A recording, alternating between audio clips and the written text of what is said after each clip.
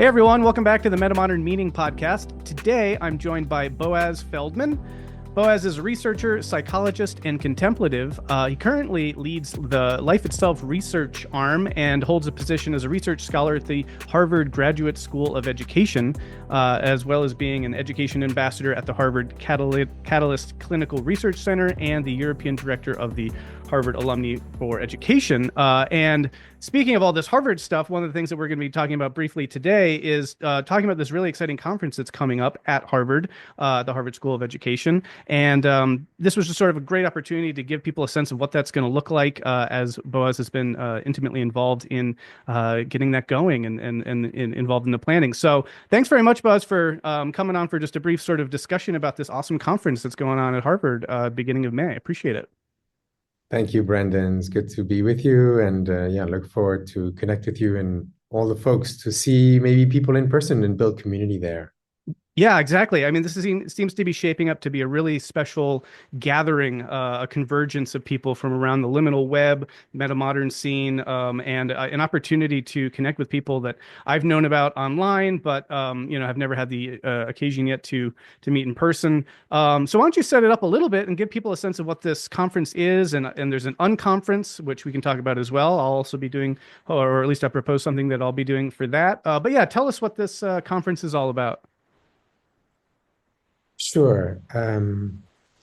So I might start with just giving a tiny bit of context of why this is so important to me and the kind of the incentives for setting it up. So I ordained as a Buddhist monk in Thailand and spent several years in meditation and meditation centers and monasteries. And since then have been really thinking about how can these contemplative approaches bring further sense of meaning and flourishing for all sorts of populations. And I started out working as a clinical practitioner in inpatient and outpatient settings, in hospitals, and humanitarian emergencies, in war zones and such, and got to see that while, of course, there was a lot of benefit and some goodness, people really healing from traumas and such, there's also many limitations in terms of only dealing with people's issues, and we're not working at the prevention level. And we're also not including some of the systemic factors that are causing some of these mental health illnesses. So from there, I started to move more and more towards justice-oriented work, peace work, thinking about the climate crisis and all the anxiety that it's causing. And in a way, I came to the Graduate School of Education to start understanding how could these clinical practices and contemplative approaches be embedded in a more, let's say, institutionalized way in education, all across the country, but even generally in the entire world, get more recognition, collect some data, and finding ways in which they can be embedded. And the conference is, for me, in a way, a confluence of all of those streams, really trying to bring in people from the contemplative world and, people who have a lot of experience, people like Jon Kabat-Zinn, who is the founder of the mindfulness-based stress reduction program, which is like actually the first evidence-based program in the West to test out mindfulness for its clinical benefits. And then all sorts of other folks, brilliant minds like Zach Stein, who actually is a graduate of the Harvard Graduate School of Education. And, he has, I think, very poignant and very important views to share about not just the role of education, but how we think about education in the context of the metacrisis. And so the metacrisis, probably your audience is fairly familiar with it, but just to give a brief recap, there's all these societal crises occurring, the climate crisis, rising inequality exponentially so. There's AI becoming a risk factor. And in a way, some of these crises are human-made. They're not just like random. They didn't just evolve over millions of years. And so to what extent is the way in which we think about what we are as humans, the way in which we make sense, the way in which we educate our young folks to relate to themselves, to other people, to the world, to the natural world, is actually at the crux of some of these wider issues. And so dealing with consciousness, trying to bring in broader perspectives in terms of our ontology, how we can actually start to embed these with practices early at an early age. So we'll have K-12 educators, but we'll also have, and this is why the conference is actually called Human Transformation in the Metacrisis. We're really looking at an entire lifespan perspective and ways in which adult development models can also really be helpful in that sense. So contemplative practices, education, and then the metacrisis. And we have a whole series of speakers from Harvard professors, but also people who are very advanced at the policy-making level here in Boston. We also have, very experienced practitioners and educators. And that's the first day. But then even in the first day, we'll have some workshops for people to integrate actionable insights into their practices. And far beyond the K-12 education, I really want to emphasize that. While it is, happening at the Hugsy, we call it, there is really a broader sense of how we can grow as humans. And then the second day is an Unconference. And you've accepted to offer a workshop there, and I'd love for you also to share a word about it after. But one of the frustrating things with these conferences, is oftentimes a lot of excitement. It's very inspirational, even learn a few things to integrate, but it's very short-lived.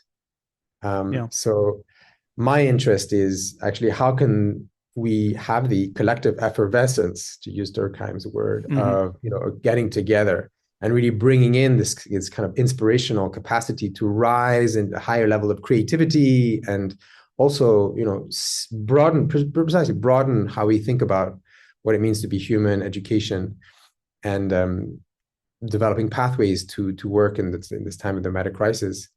How can one of the ways in which we do that is to build community, to build strong personal connections, to actually spend a little bit longer time in more intimate circles. And that's what the Unconference is for, where we're going to have all sorts of, well, it's a bright open space for anyone joining the conference to propose a workshop. Obviously, to join workshops, we'll be at a very beautiful location in the Mather House, which is one of the oldest residential spaces in Harvard. It's the one that the Harry Potter was influenced by, apparently. So it's one of those sort of magical architectures. And we'll have a few spaces there, the full day for the second day on May 3rd on the Saturday. And really, I think an exciting opportunity to get to know, like, actually, what does everybody else do, and what is everybody else take also on the first day. And, we'll have a quad there to be able to have food locally. And I think for me, I'm very excited about the first day as well. But I think the real work, in a way, happens at this Unconference, in the sense that that's the kind of networks and people that we can start engaging with together and doing things a little bit more longer term. Yeah. Wow. So I'm super excited. That was a wonderful summary too. And just some kind of things that brings up for me is, I think a lot of people operating in this space have a very shared sense of the vision, a shared sense of the problems, and a shared set of kind of the field of offerings that need to be kind of woven into a collective response to a lot of these problems. And so there's also a shared kind of, I think, commitment to a kind of methodology in sort of systems-based kind of thinking around these issues. So this is a Metamodern podcast, and all of these things are just at the core, at the heart of a lot of the sort of Metamodern social movement and the philosophical work that's being done, and kind of the endeavor for helping kickstart a kind of paradigm shift in a very significant way. One of the things I'm really excited about with all this is to really see these ideas gaining deep traction, but also institutional engagement, Exactly. right? This is so exciting for me to see this happening at Harvard, where these kinds of ideas really need to take root. And, the work that you've been doing that you mentioned at the outset has been incredible, and it really powerful, contribution at the level of, psychological offerings at many, many levels. But to have folks like you, embedded in kind of the real kind of beating heart of the, American intellectual scene and its institutional framework, we need that, and we need these kinds of events to, get more of an interweaving between people in this liminal space and kind of metamodern spaces, people at the edge of this sort of paradigm shift, interfacing with with the actual kind of institutional leverages of power and that sort of thing. So that's really exciting for me. I'm also just Yeah. really Go ahead, feel free if you want to. Well, I think that's a really important point, Brendan. And for me, what's something that I've been working through over these last decades is how to weave these different worlds. And just to bounce back on the institutional piece, um, if we are to really think about what are some of the causal factors in the meta crisis, all of the institutions that we currently have in our society have played a big role Mm, in getting us to the mess that we're in today. hmm And so I also don't think that without these institutions, we can make significant mm, headway. hmm Now, it's always a fine balancing act. Like, to what extent can you act within the system without, having your ideas? Um, the word that's coming to me is infected, but I think mm, that's probably too much of a strong impression. But at least, negatively influenced or reduce the creativity or the yeah. sense of ambition. Um, and in a way, I think one of the reasons why these institutions are really key is not just because of the current power that they have, obviously, but I think it's also a practice for us coming from this kind of metamodern, liminal, sort of second Renaissance spaces, a way to see what are the ideas that are catching on at this kind of elite institutional level, and also at the broader population, Yeah. and what are the challenges that we're facing in sharing those ideas, what's not sticking, and practicing kind of bubble hopping. I don't know if you're familiar with this term. Mm, Well, basically in our metamodern scene, we're kind of in our own bubble. And then it's like, at Harvard, we're in our own bubble. And then you got the educators, in the field, and they're kind of in their own bubble. mm, And one of the reasons for which I think we're facing extreme times of polarization is that we don't know how to hop on other people's bubbles and make our own sort of pathway sufficiently translatable. That's one of yeah. the things I'm working with at the translational science. Um, how do you actually implement ideas that are extremely refined and well developed and conceptually grounded? A lot of work that I'm seeing, of course, from John Vervaeke and Zach and others. And then what does this look like for an educator on the ground if you were to take a smaller frame or sort of a scaffolded educational methodology that they could help and keeping the larger frame in mind, which is one of the key pieces of how we can act on the meta crisis. It's hmm not just to have a little bit of mindfulness to feel better, but actually that perhaps we do have mindfulness to feel better, but it's in the context of this larger sort of human transformation perspective. hmm And how do you work with people on the ground to actually make that happen? Yeah. So, it's quite a challenging thing to bring in these varied audiences, especially when you bring in, folks like policymakers. There will be a number of folks from the Harvard Kennedy School of Government who are, dealing with challenges and struggles and discussions around power and in the very institutions in the US, but also internationally, that they have to navigate, decision-making processes every day. Like what do these ideas look like there? And of course, Hansi Freinacht, I think, offers some pretty incredible sort of large-scale, big picture frames in terms of these principles. But I still think we have quite a bit of work to do to see actually what does this look like on the ground today if we were to take a first step. And I think the Unconference and the conference in general can be a place where we can start to nourish the interchange of these different fields, remaining and maintaining our ambition and groundedness in our own tradition, while at the same time making that sufficiently accessible so that they can really start to be disseminated in these elite spaces, but also just more to the general population. That's one of my ambitions in bringing all these people together. Yeah. Yeah, again, very well said. Yeah, I mean, you kind of hit the nail on the head there in terms of just, the challenge, the perpetual tension between working with the broken system to fix the broken system, but also needing to, find new ways of doing institution and yet requiring institutional supports for all these things. So it's really kind of an all of the above, I think, approach in many ways. And so if we're going to, I think, adequately attend to this kind of scale of issue, we need to be working with existing institutions, developing new ones, and trying to make those connections, everywhere that we can. That's just kind of the, I think, inherent kind of difficulty and scope of the challenge. So yeah, I mean, again, very, very well articulated on all that. And I mean, one of the questions that comes up for me, I'm getting, a deep sense of all the things that, are possible in this kind of convergence of folks. And you've got thinkers and educators and policymakers and kind of people working on the ground, people working up in the heady space, all that, bringing people together and then trying to actually work towards productive solutions, outcomes, goals, projects, that sort of thing. And yeah, you mentioned, one of the difficulties of that this sort of setup is the effervescent nature of the collective effervescence, right? It'll kind of like you open up a can of soda and it's going to lose that fizz pretty quickly, right? So one of the questions for me is like, this is a 2-day conference slash unconference. Is there a vision for trying to carry forward whatever comes out of this within a particular container, or kind of channel what emerges from this, so that energy and momentum doesn't get lost in any way? Have there been kind of thoughts around what that could look like? Yeah, great question, Brendan, and thank you for asking. One of the partners for the conference is Life Itself, with Rufus Pollock and Sylvie Barbier in France, and they're kind of leading or helping to contribute to the vision of the second Renaissance. And as part of this sort of ecosystem of thinking and also practices and community building, we are looking to see ways in which we can continue to nourish the collaborative grounds within that ecosystem. So there is going to be kind of a handover in terms of what this looks like after that. Yeah.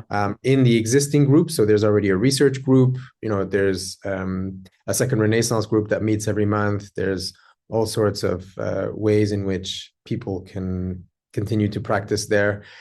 There will also be, I'm as the European director for the Harvard Alumni for Education, I'm looking to actually continue these conferences once a year. So there was already a planned conference for 2026 in Europe. It'll be in Paris, most certainly. Ideally, we'd be able to have some of the same speakers and some of the same conference organizers and contributors to be able to maintain that momentum. This is the first iteration of the conference, and so I think it's a little bit too soon to come up with a Metacrisis and Second Renaissance agreement as such. But I do think that as we have some of these large power holders and deep thinkers and scientists and practitioners, I think we could get eventually, maybe in next year's iteration, to a place where we actually start to find ways in which we can maybe even build a manifesto, collectively, and find ways in which we can collectively align to make these happen in the real world. And also I really don't want to undermine, the importance of creativity and the conceptual sort of fluidity that can emerge from that. I think we need to have sort of bright stars to orient to.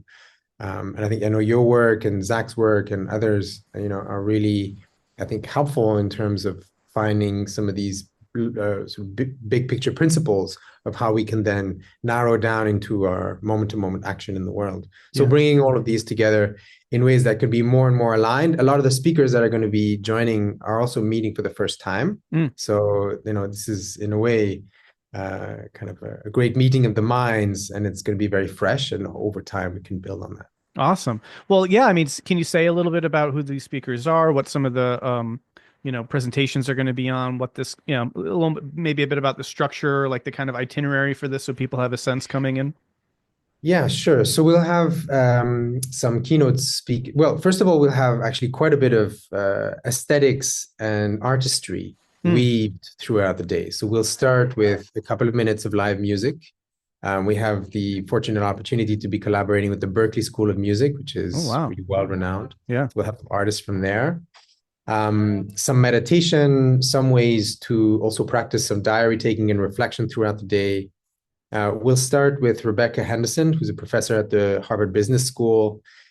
She has been pivoting from a very sort of macroeconomics and innovation background more and more into climate activism and process-centered technologies such as mindfulness and action research, and ways in which policymakers and businesses can have a bit more divinity and a bit more focus on maybe Ian McGilchrist's right brain type of activity, which is, obviously a stereotype to think that business people and policymakers, they generally don't. But the pressures are so large that it does tend to be more challenging in those spaces. So Rebecca will be speaking on kind of Ian McGilchrist type material, bringing in very specific experience she has in the policymaking and business world, some of the challenges that she's facing, and some of her hopes in terms of what's possible in short courses, but also I think more broadly in the world. She's working on her new book. Then we'll have John Kabat-Zinn, who barely requires any introduction. He's been around the field for nearly 45 years now, leading the charge on mindfulness and evidence bases to try to bring in not just mindfulness in terms of a stress reduction, which is kind of the first door opening way to come into the institutions, but actually mindfulness as a way to reflect on oneself and its greater role on society for systems change. So social justice oriented. And then we'll have some panels. We'll have a couple of professors from here at Harvard. So Linda Nathan, who's an educator. She founded a few schools. She'll talk about democratic education. We'll have Mette Bull, who's the co-founder of the MIT Center for Systems Awareness Lab, which is really about bringing compassionate systems approach at a systems level for educators and children. And they already have large programs in California and British Columbia, where it's already part of the formal curriculum at the state level to bring in these contemplative technologies. So she has a very powerful field experience there. Bernard Franklin, who's a policymaker and a youth leader in Boston. He does a lot of work. I work closely with him around reducing gun violence and ways in which mindfulness and other contemplative approaches can help to heal trauma for these folks. And then finally, we'll have I think Daniel Thorson and Benita Roy are also actually it's for the panel. It's Isabella Greenwich, who's a professor at McMaster, and she works a lot with the youth. But then we have Daniel Thorson and Bonita Roy, who are also coming in as part of the workshop leaders, and they will be their session is still a little bit of a surprise. So they haven't gotten back to me exactly on what the content will be, but they'll be collaborating on that. We'll have Sylvie Barbier, who's also one of the co-founders at Life Itself, a ritual artist, in ways in which sort of we can heal intergenerational trauma in terms of our education. So really broadening the ways in which we think about education and learning overall from this kind of intergenerational perspective, with a very experiential approach, bringing in the arts and ritual. And then we'll have two keynote speakers at the end. Professor Tyler Van der Wiel, who's the founder and director of the Harvard Human Flourishing Program. He has done a lot of work with the OECD in trying to create frames for how do we build character? How does virtue and character development occur in education and over the course of adult development? So he's been influenced by several models, including folks at Huxley, like Bob Keegan and others. And then we finish off with our grand finale, Zach Stein, who will be discussing certain themes, particularly obviously around the metacrisis, but the role of artificial intelligence, some of the ways in which we are going to be facing some challenges, and some of the ways in which we can start thinking about these things for a flourishing life, and basically supporting our young folks and education system, and maybe even our entire societies to flourish with these technologies, rather than shoot ourselves in the foot, or even worse, possibly. Well, that sounds like enough for a week, and that's just going to be day one. So exactly, that's just day one, and then we have all sorts of workshops that are still to be determined in terms of the time. I know you're offering a workshop on the second day, and I'd love to also maybe if you can share a word or two about it.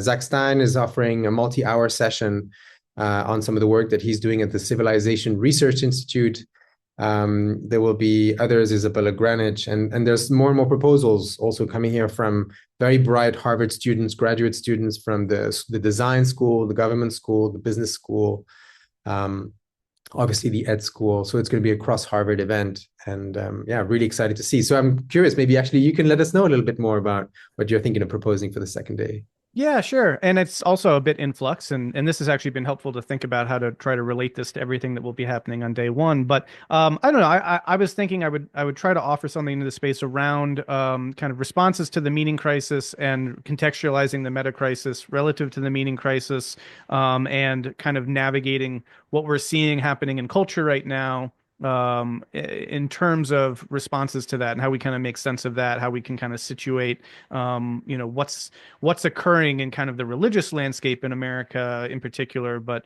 maybe potentially more globally, and to see the different kinds or modes of responses, and also to try to, in a sense, maybe even begin to try to assess them. Like, is this aiming? What would you say? Is this kind of directionally moving potentially towards more flourishing, or could some of the attempts to, in a sense, be medicine to the disease lead to other kinds of diseases? So there's kind of an issue of when we try to grapple with the meaning crisis aspect of the meta crisis that can bring up so much, and we want to, at least what I'm going to position this as, is that we need to think about that as being, forward-looking, forward-moving, progressive in terms of orientation to, greater human flourishing and freedom and all that, and try to avoid some kind of classic pitfalls when meaning and is kind of under attack, and sort of the rise of nihilistic sensibilities is something that engenders a kind of reactionary recoil potentially among some people. So that was what I was thinking. At the same time, though, as I've been seeing more about everything that's happening at the day one event and everything you just described, maybe a lot of that, I'm not sure how much of that will already be covered. I was sort of thinking, my work is so much about meaning making, development of meaning, this sort of thing, that could be a nice lens in. But depending, on how much that stuff kind of comes up organically anyway, then maybe something different. So I'm really actually open to other ideas as well. But if I don't know, how does that sound as a prospect? Well, I'm putting you on the spot. You don't have to answer that, but that's my thought. Meaning making. I mean, meaning making. I think is a very exciting sort of subsection of the wider meta crisis, and that I don't think there's going to be specific folks that are going to be engaging with that in the ways in which I think you're thinking about it at a cultural level. Yeah. And so, I do think that there's a really interesting sort of exploration to be had there, thinking about education more broadly in terms of actually what does it take, what are the cultural conditions that are supporting this kind of flourishing and through the sense-making abilities rather than diminishing it. I mean, I'm actually, I had all sorts of questions for you, actually. What does this look like? Or what are some of the pitfalls or the challenges that we should be looking out for? Or some of the things, that it could be counterproductive in these efforts. But maybe that'll be the time for maybe we can get into all that. Well, that would be the idea too. I would think that I was figuring it could go for like maybe 90 minutes, and roughly the first hour could be some presentation of my thoughts around this, and then we could open it up for kind of open discussion, or maybe it's half and half, I don't know, 45. So yeah, I really welcome your feedback, and maybe I'll put it out there in kind of the Metamodern Spirituality Facebook group and other places for some feedback about what people might think would be a good sort of thing, especially from people who are planning to attend, which I know there are many. And so, actually with, I know we don't have too much time. So maybe you could say a little bit more about, for people who are hearing this, they're like, wow, that sounds really cool, I'd like to go. Obviously I'll put in some link where people can check out the basic website and kind of orient towards registration. But like, maybe you could give a sense of who is this? I mean, you're kind of speaking to the kind of prime audience, I suppose. But if someone's hearing this and they're thinking like, well, is this for me? Would I actually enjoy that or not? Maybe it'd be too heady. Maybe it'd be too spiritual. I don't know. Like, give a sense of the sorts of folks that I think that you think would get the most out of this and would be kind of prime candidates for getting a lot from this. Yeah, so I think there's a couple of audiences. I don't know if this would be like the spiritualist or integralists or metamodernists, but there's definitely a stream there for those folks, for those of you who are, let's say, established in a particular tradition, in a particular sort of metamodern frame of thinking, and to be honest, I think also ready to see what might be some of the limitations of those ways of thinking, and the ways in which the challenges that there are in terms of how this looks on the ground, Yeah. in different areas. Yeah. Because you will have also a lot of practitioners, policymakers, funders, and you know, I personally always get a little bit surprised and even disappointed when I think I have these great ideas, and it's like, yeah, actually, you know, you come down to the nitty gritty, and actually, it's not, you know, it's not so surprising that things are so challenging and don't look as good. It's obviously simplifying and stereotyping to think that metamodernists are, you know, idealists like that. But I guess I'm sharing my own my own journey around that, and so seeing how these ideas can take on a little bit more form and shape at scale in practice locally here in Boston. There will be lots of practitioners, so I think that would be one. Well, and just to that point, I mean, a lot of so back in February of, I think it was last year, we did here at Sky Meadow Institute what was it called? I think it was called Education in the Future of Democracy Symposium. Zach Stein was here, and some other folks. And it was a great little summit. But we did actually have a New York legislator here as well as part of the group. Rachel Anderson was also here. And when we got to trying to like think about policy and, you know, how you craft, you know, structural changes based on the ideas that we're all talking about, that's when the rubber really meets the road. And it is a very, very hard thing to do. And so I think, yeah, there's a real challenge, but an essential one there for all of us in this space to move from just talking about it to trying to implement it, right? Because if this stuff doesn't actually wind up changing the world, then, you know, we're just kind of blathering, and in some senses doesn't matter in that sense. So really trying to you know, bring these ideas down to the ground and apply them, sort of applied metamodern theory or something like that would be exactly. I think that's a great point, and I'm not surprised. And I mean, personally, that's maybe my primary reason for wanting to do this kind of conference is to try to move forward with more impact. That's why I wanted to do it at the university. Why I'm trying to bring in these different folks. So that kind of from this the spiritual perspective or integralist perspective, I think that would be maybe one big interest. And then there will be all of the different folks who are involved in their work, personal work, professional work, in relationship to the climate crisis, for example, risks around or ways to use artificial intelligence for the benefit and empowerment of humans, rather than kind of, you know, repeating these kind of issues and current trends that are occurring at scale. Then there's all the, you know, I think there'll be some debate around democracy and polarization. You know, what are some of the ways in which inner practices and some of these models coming from metamodernism and the metacrisis help to shape how we can rethink or reimagine democracy in practice. There will be, you know, ways to explore that. So those are other specific themes. And then, to be honest, I think there's also a real opportunity for those who are also looking for jobs, or who are looking to build collaborations, for people who are looking to inspire projects. There's a very, I think, fertile ground here with a lot of very bright students, people who are developing new startups. I have several friends who are coming to the conference to be able to see, you know, what are the ways in which we can start to actually build something. This is what they're coming for in the Unconference day. So, you know, there's no sort of, there will also be funders, so that can be a networking space. But quite more broadly, I think that there's an opportunity there, and we'll do everything we can from an organization perspective to find ways for people to get connected. We'll have a WhatsApp group. We'll have a little online platform for people to exchange. Like I said, there's also this platform for the Unconference, where people can already get to know each other a little bit more, make comments on each other's work and proposals. So I think there's a real opportunity there to go beyond just receiving information, but actually have actionable insights to integrate in your practice and meet people to, you know, build community and also do things more collaboratively. from a kind of a multi-stakeholder perspective. Yeah.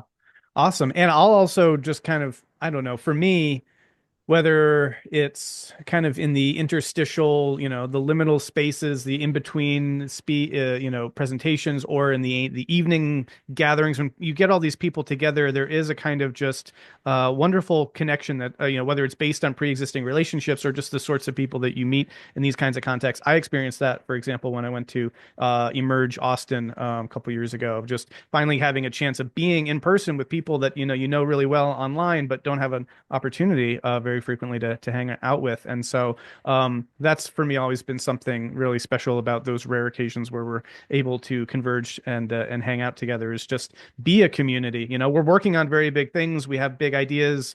We're trying to make big impacts, but we're also people and friends, and it can be really delightful to be able to just be with your kin and your kind of tribe. So I would also just kind of underscore that, and I'm looking forward to seeing folks who many of whom I've never actually met in person before as well. So I think you're right. The in person really is, I think, a very unique possibility in terms of the ways in which we usually meet or discuss, which is mostly online at the yeah. moment. So post-COVID, we have the great privilege of being able to do so. And frankly, we are going to be in an extraordinarily beautiful space. Like the conference is just in front of the Radcliffe Gardens. Cambridge is a very beautiful place. Boston is a fun city. So yeah, this it's going to be, I think, literally and figuratively, quite a bright time. Yeah. Well, I'm really looking forward to it for all the reasons we've discussed. And yeah, this is really exciting. I really appreciate the work that you're doing with all this, that Life itself has been doing, that the Second Renaissance crew has been doing, just, amazing contributions to this field. And I feel like we're right now generally at this moment, and I see this all over the place, where, you know, things are taking on a new shape. People are starting to get organized. They're starting to get some institutional traction. Some big things are happening in this space right now, where there's a lot of momentum and a lot of sort of application that's really starting to happen. And people are stepping up and they're doing projects and they're getting involved. And it's sort of very much moved from kind of a finding everyone, oh my gosh, everyone, gets it, and we're working on these shared sort of things, to, oh, now we have a sense of what we're up to and let's map everyone, which, by the way, Life itself also did a really wonderful job with helping with that sort of thing, and the Second Renaissance map and all that. But now we're moving past sort of like the mapping of the field to like the doing and the really sinking in and like trying to get our Yes, hands dirty. exactly. Yeah, and I feel that that's Exactly. very much where the field is at, and this seems like a really big kind of milestone for that happening right now. So yeah, so thank you very much for your contributions to all that. Anything else before we end it here? And is there anything else? I mean, you've basically given a wonderful setup for this whole conference. Is there anything else you'd want to throw in before we call it a day? Just maybe a final touch, which is that we've made the tickets really as affordable as possible. So they're Mm, $99.50 if you have reduced price, and even if that is an issue, feel free to contact us, and we'll do our best to support you. So we don't want to awesome. make an obstacle. Yeah, Yeah. really looking forward to getting to meet you all, embodied folks. Make lots of hugs. We are in the Hugsy School, so it's a place where we get Nice. to have Yeah. fun together. Yeah. Awesome. All right. Well, Boaz Feldman, much appreciated. I look forward to seeing you in a few weeks. So Likewise, until likewise, then, my Brandon. friend, this Excited was for great. your time together. Bye Yeah. bye. All right. Bye bye.